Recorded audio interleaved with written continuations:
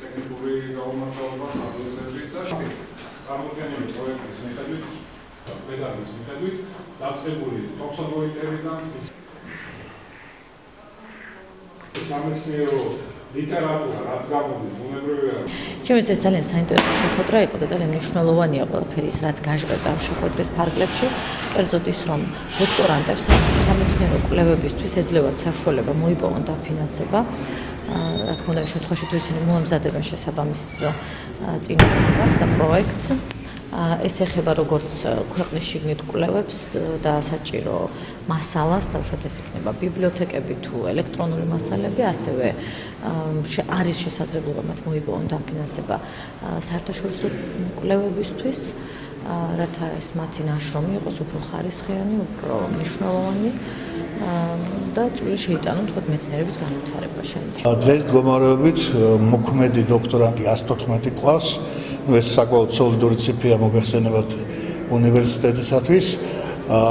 რაც შეეხება ამ პროექტს, მეორე წელია მიმდინარეობს, დღეს სწორედ ამ პროექტის პრეზენტაციაა და ვფიქრობ, რომ ძალიან მნიშვნელოვანია თქვენ გახსოვთ წინა შეხვედრა იყო აქ საკმაოდ მნიშვნელოვანი იმ თვალსაზრისით, რომ აქაც ჩვენი დოქტორანტებისა და ზოგადად მაგისტრატების სახელმწიფო დაფინანსების პროგრამა საზღვარგარეთ და ეხლა ადგილობრივ უკვე რუსთაველის ფონდი აძლევს საშუალებას ჩვენს დოქტორანტებს, რათა მათ მიიღონ მონაწილეობა ამ პროექტში და ცხადია, რომ ეს დაფინანსება ამ თვალსაზრისით გრანტის მოპოვება ძალიან მნიშვნელოვანია, იმიტომ რომ ზოგადად სოციალური ფონი არც თუ ისე სახალხოა ჩვენთან და ზოგადად საქართველოში, ამიტომ ის აქტიური დოქტორანტები, სტუდენტები, რომელმაც კვლევისთვის რაღაც გარკვეული თანხები სჭირდება და ზოგადად საარსებო სივრცე, ცხადია, ერთ-ერთი ყველაზე ხელსაყრელი და ძალიან სასურველია, ძალიან აქტიურად ჩაერთო, იმიტომ რომ ამას სახელმწიფო დაფინანსება და საკმაოდ სოლიდური დაფინანსება და ფაქტობრივად ისინი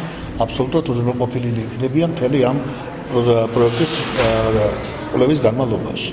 ასე რომ ვფიქრობ, რომ ძალიან საინტერესო და ძალიან მნიშვნელოვანი შეთევაზებაა სახელმწიფოს მხრიდან. შოთა რუსთაველის ეროვნულმა სამეცნიერო ფონდმა გამოაცხადა დოქტორანტების მხარდამჭერი საგრანტო კონკურსი და ეს კონკურსი ითვალისწინებს საქართველოს 28 უმაღლეს სასწავლებელში მოქმედი სადოქტორო პროგრამებზე, აკრედიტებულ სადოქტორო პროგრამებზე დოქტორანტთა დაფინანსებას.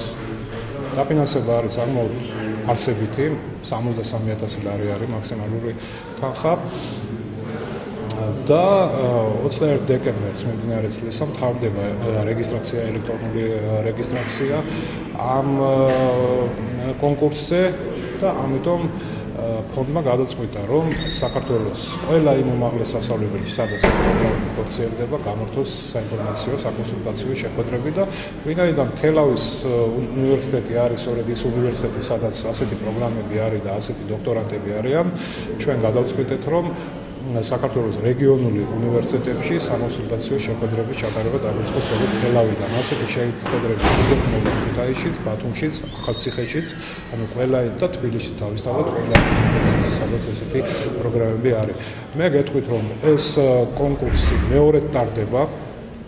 შარშანაც ჩატარდა ანალოგიური კონკურსი, სადაც თელავის უნივერსიტეტიც იყო წარმოდგენილი, ერთ-ერთმა დოქტორანტმა წარმოადგინა თავის ნაშრომი და დაფინანსება მიიღო. შეიძლება ვთქვათ, რომ 100%-იანი შედეგი ჰქონდა თელავს ამ მხრივ, იყო ერთი განაცხადი და ერთი დაფინანსდა და მე ახლა სწორედ ამ საუბრის დროს მოუწოდე დოქტორანტებს, რომ უფრო აქტიურები იყვნენ, უფრო მეტმა გარისხოს და შემოიტანოს, იმიტომ რომ ეს პროგრამა საშუალებას აძლევს მათ, რომ გაიღრმავონ ჯერ ერთი საკუთარი ცოდნა, მიიღონ დამატებითი